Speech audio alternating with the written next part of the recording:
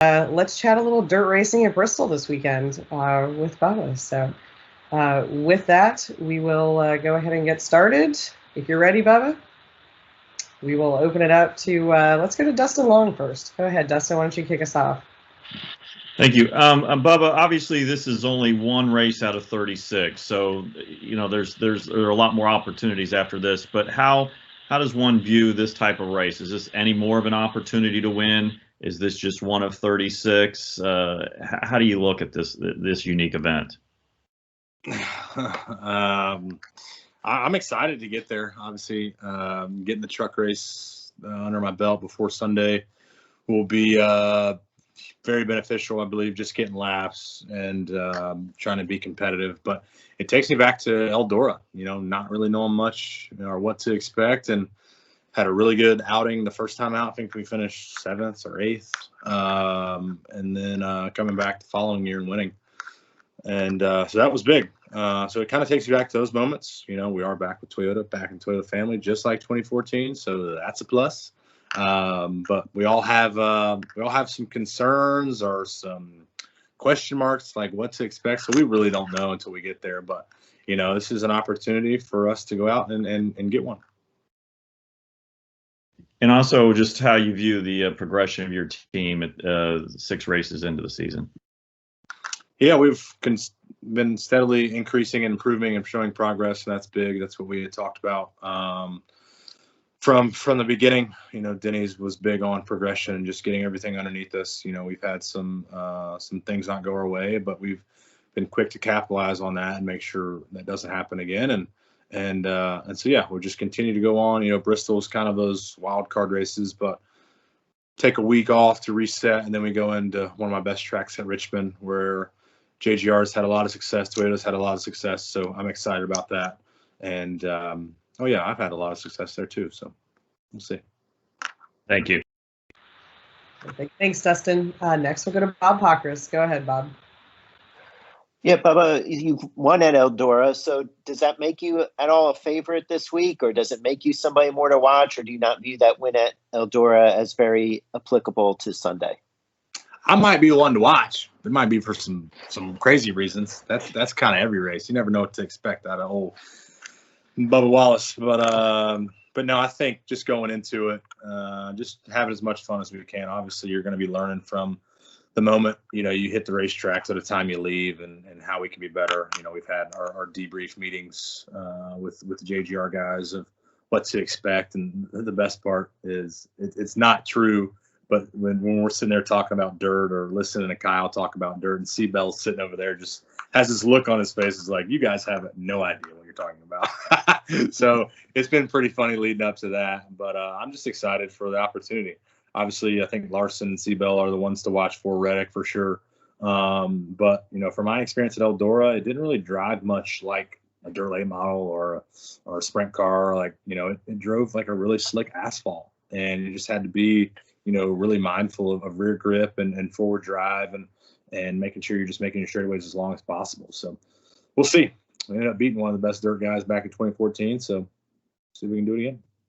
And I'm also curious on kind of what your relationship is with Bristol, in the sense of, you're kind of when Tennessee's a big state in your life, and but it's also a place where I know you hear booze everywhere, but maybe a little bit more. Do you still love that place? Yeah, it's Bristol. It's a lot of fun. And if you remember my tweet, I didn't hear any booze because I had my Beats headphones on. So, jokes on them. All right. Thank you. Yeah. Awesome. Thanks, Bob. Next, we'll go to Matt Weaver. Go ahead, Matt. Hey, Bubba. Thanks, Lisa, for making time. Bubba, you too. I want to go back to 2014, back to Eldora. I don't think of you as like a dirt racer, given your background. Yeah, I know, right? And you went out and you beat Larson.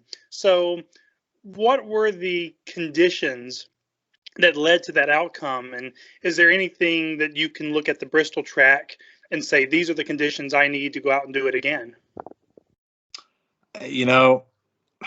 If we were going back to Eldora, I would have, that much more confidence. But Bristol is such an unknown, and I think they're redoing the track. It looked really, really rough through 3 and 4. And so it's like we're talking about ride quality and what to expect. And, we don't have splitters on the car, but, the front bumper travel, like, what's all that going to be? We have a lot of questions that will be answered, soon in practice. There's strategy going into it. It's obviously great to go out early in practice, be the first ones on the racetrack. That's when you're going to lay your fastest laps down, but that's not ideal racing conditions. So it's like, okay, do you want to be last on the speed charts, but get your car handling really well, or kind of chase the balance all day because you're chasing the track? And so I'm more towards the, let's wait a little bit. Let's let the track get, packed in. I don't know if that's the correct dirt term. Sorry, Seabell. But yeah, let's just let it get it to more realistic conditions before we kind of start throwing wrenches at it. And what are those conditions? Because like on one hand, a lot of people think it could be like, right? Yeah, I know.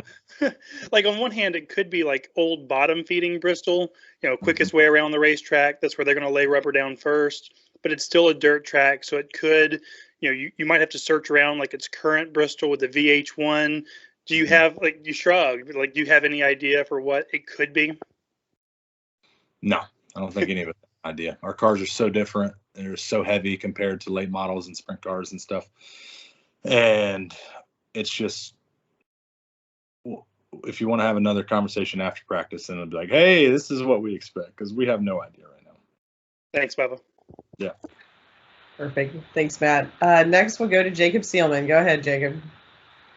Thanks, Lisa, and Bubba, thanks for taking the time. Kind of following up from where a couple of the previous questions have been, you talk about track conditions, the difference in the Cup cars compared to everything else that's already run there. I mean, have you watched any of the competition from last week leading up to now? Is there anything that you feel like you guys can glean from that to help for the Cup race or the truck race, or is everything just that much different that really it is going to be a different ball game than any of the other divisions that have been there so far? I had quick, little highlights that I would watch, but I never, set time aside to watch any of the races. I just feel like, our cars are not made for dirt racing. Doesn't mean we can't race on dirt, but they just react so different. Like the first laps in practice, it's going to be tacky. I'm assuming that you're going to have all the grip and you can kind of sling it in there sideways, but you won't be able to do that. We weren't doing that in Eldora in the truck. And I know that's 6-7 years ago, but still we're so much heavier. We're not made to, sling out the right rear, creating all that downforce like dirt late models do. For us, I was keeping it as straight as possible. I was still turning left and more than I was right at the end of that race in Eldora. And there's already been so much conversation about this event this weekend leading up to it. Do you feel like this is something that, needs to be looked at, should be looked at for future years? Is that a conversation that we can't have until after we see how this one goes down? I mean, where do you stand on that?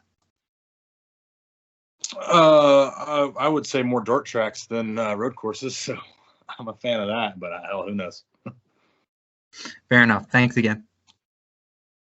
Awesome. Thanks, Jacob.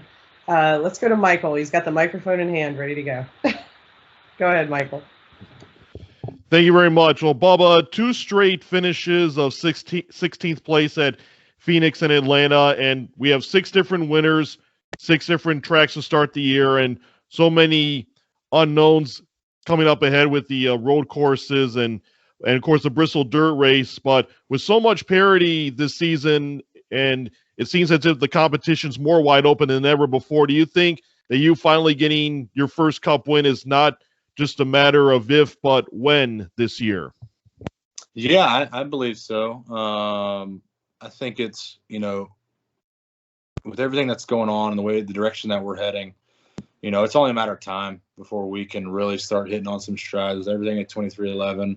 Our partnership with Toyota has been solid, and it's, even the relationship I had when I wasn't a part of the Toyota camp has always been solid. So it's good to be back. That brings confidence to the racetrack. That brings confidence to our race teams and our race cars and our resources and personnel, you name it. Having the partnership with Joe Gibbs Racing, having that database there, that infrastructure and all the knowledge there between drivers, crew chiefs, and engineers it's only making our program better. And this sport is tough. It's hard at the top level. No one said it was going to be easy. Just because we have all the resources and partners in place doesn't mean it's going to be a cakewalk for us. We have to go out and grind and establish ourselves first, and we're doing that. And so we're showing progression each and every step, and I'm excited about that. Wheels and I are really starting to vibe and gel and understand what each other needs to make our team better. And just quickly, I know this is a big weekend with the Bristol dirt race. Roger Penske spoke to the media yesterday, and he was asked about the possibility of NASCAR and IndyCar doing like a doubleheader, maybe on a street course or something. How would you feel about a street course possibly being added to the schedule somewhere down the line? Yeah, I think that was talks from last year of them moving forward with that. Obviously, it didn't happen this year, but I'm game for whatever. Just watch out. Thank you. Good luck. Thanks. Perfect. Thanks, Michael. Next, we'll go to Vince Welch. Go ahead, Vince. Thanks, Lisa. Thanks for the time, Bubba. Mm-hmm. Hey, as you look at the truck race on Saturday, other than a win, obviously, what are you looking to glean from that event that's going to benefit you most on Sunday? Seat, just kind of figuring out what it takes to be fast and competitive around there. I think there's a difference though between fast and competitive. You can be fast, but is that necessarily the best way to be? Yes, at the end of the day, the fastest car is going to win, but also just maneuvering around there, searching for grip, searching for the correct dirt, whatever they call it. But yeah, I think just seat time, getting used to everything. Now, if we were, like I said earlier, if we were going back to Eldora, I would just be like, hey, I know what I needed in the truck. I'm pretty good, but you don't know what Bristol's going to do from the start of practice to the end of practice, how that's going to change. So I'll get a good feel for that. Going from the truck to the cup car, I'll just be that much more prepared going into it. And one other thing, did you have a relationship with the Spencer Davis team initially, or was that just a Toyota thing that put you guys together? No, that was a Toyota deal put together, kind of came about there last minute. But I've obviously raced around Spencer and with Spencer. So excited for the opportunity. Appreciate them putting this deal together. Also Hattori, going to be a HRE affiliation partner. So that'll be fun. Actually, was at the gym today with Austin Hill talking about it and what to expect. And none of us know what to expect. We're just going to go out and have fun and see what we can do. Yeah, right on. Thanks, man. Yeah. Perfect. Thanks, Vince. Next, we'll go to Davey. Go ahead, Davey. Hey, Bubba. Thanks for the time today. Although this race is obviously unpredictable, it still pays the same amount of points as it does for every other race this year, and you guys are fighting for a playoff spot this year. So realistic expectations-wise for you and your team, what are you trying to gain on Sunday in terms of points, stage points, and maybe ultimate finishing position? Honestly, I can't even, give you a slight answer on that because it's so unknown. I think, ask me after practice, then it's like, okay, this is what I kind of expect, but who knows? I have all the confidence going in the world right now just because of the experience at Eldora and then getting to run the truck stuff, but you just never know. And like I said earlier, this sport is tough. It's super hard. So all these guys, doesn't matter, if they have the experience or not, a lot of these first time guys on dirt are still going to be fast just because we're maneuvering a race car around the racetrack the fastest way possible. And so it's just whoever's going to adapt the quickest, but we'll go out, try to not to make any mistakes. I made a few mistakes in Eldora, but I think I was a lot less than Larson, and that's what got us the win. But yeah, just get into a groove, find what's fast and massage that and be there at the end. How much have you leaned on a de facto teammate like Christopher Bell in the last couple weeks leading up to this race, or even other guys in the field like maybe Larson or Briscoe? I haven't even talked to him about it. I mean, we've had our debriefs and Christopher's given his insight, but he's also judging us because we throw out these dirt terms and he's like, you guys have no idea what you're talking about. So But no, it'll be good. You know, at the end of the day, he's a competitor, but I'm sure you can go up to him and ask him, and he's going to help out. Good deal. Thanks, Bubba. Yeah. Thanks, Davey. Next, we'll go to Nate. Go ahead, Nate. Sorry. Thanks, Lisa. Hey, Bubba, following up on that about being able to read C-bills of amusement during debriefs. I presume this is sort of something new for you, that you get to be a part of the Gibbs Toyota debriefs every week. You know, how does that feel for the first time in your Cup career, I guess, to be in that room with all those guys and be able to share opinions? And do you feel like I know you're a single car team, but does that give you a sense of confidence feeling you're a part of a bigger operation there? Yeah, for sure. I mean, debriefs are debriefs. You know, some of them are long and drawn out, but at least, you know, I feel confident with what I'm saying and you know, my experiences and what the car is providing, and you know, the feedback that I'm giving. You're getting a lot of same from Martin or from Kyle, and it's like, whew, okay, I'm not totally out in left field here. So that's good, and you know, we can utilize that to help our team. Denny, you know, we have our 2311 debriefs on Tuesday, the JGR debriefs on Monday, so you know, that kind of spills over into how we can make our team better. So it's constantly just improving and being, you know, what's the right word? Just staying hungry at what our vision is and what our goals are. And so, like I said, no one had us signed up to, you know, win every race right out of the box. That's not realistic. You know, for us, it's continuing to get better and better. And we've done that, you know, despite the two finishes that are the same. We've gone through races without any hiccups for majority of the time. Had a little hiccup on Sunday, but other than that, it's like we're starting to check off those little boxes that we had at the beginning of the season. So that's big for us. I think any team that's starting anew obviously is going to go through the new team blues type stuff and the scramble. That, you know, we've heard David Wilson or Mike Wheeler and Denny talk about that the last few months, about how, you know, there's always things you're not going to know about until you get there.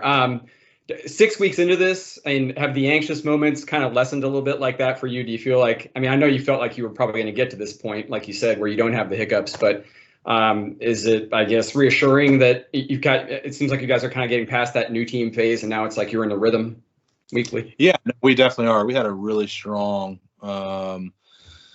debrief this morning with our crew, and just communication is the biggest thing.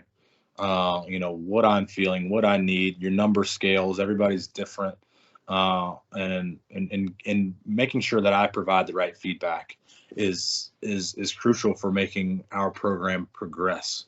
You know, you kind of get into this rhythm where I was at RPM, and Jerry already kind of knew, and so the first couple of races I was like, yeah, I'm tight, like I need a little bit. Jerry knew what a little bit was, but then I was like, hey, I need a little bit to wheels. And he's like, okay, here's a little bit. I'm like, did you do anything? That wasn't enough. And he's like, I don't know how much is a little bit. So it's like breaking out of, I wouldn't necessarily call it the bad habit, the old habits, and kind of getting back into, hey, we got to start over here. We got to rebuild the database and get all the notes reestablished here. So it's been good. Wheels has been very motivational and been a leader, and which is what I wanted going into it. So it's been good. Thanks, Bob. Yeah. Thanks, Nate. Next, we'll go to Marty. Go ahead, Marty. Thanks, Lisa. Thanks, Bubba, for taking the time. Hope you're well, man. This weekend, while doing testing with the Cup car and I racing at Bristol Dirt, it seems like that this could be a race of throttle control or horsepower. I spoke with Daniel Suarez a few weeks ago about it, and he said this weekend could be a race where he wishes he had less horsepower. Do you agree with that take? No, I mean, that's what makes it fun. More horsepower, the better. That puts it back in the driver's hands. So does he not have confidence in his right foot? I do. So it's just all about how you modulate it and whatnot. So having the Toyota horsepower underneath their hoods will be just fine. And continuing on with that, Chris Buescher said about an hour ago. Now, I know he didn't race a truck at Eldora, so curious if this was a thing that did happen, but the teams would sometimes detune their motors or carburetors in order to make less horsepower. I know the Cup cars are EFI'd instead of carburetors. So could that be the case as well with the Cup cars as well this weekend too? Yeah, it's an old school trick. We used to do that at the low low grip places back in like late models and stuff, just to save your forward drive and whatnot. But I don't know the conversations that the team has had. We'll just go out and race whatever we got. All right. Thank you, Bubba, for your time. Yeah. Good luck this weekend. Thanks. Perfect. Thanks, Marty. Next, we'll go to Zach. Go ahead, Zach. Hey, Bubba, do you think the iRacing event tomorrow night will help in any bit for preparation for the race on Sunday? No. The setup is terrible. No. Thank you. Good luck on Sunday. Thanks. Awesome. Well, we'll do one more quick check if anybody else has any questions. Otherwise, we will call it a day. All right. I think we are good. So, Bubba, thank you so much for taking the time. And I hope we have a little bit of fun on dirt this weekend. And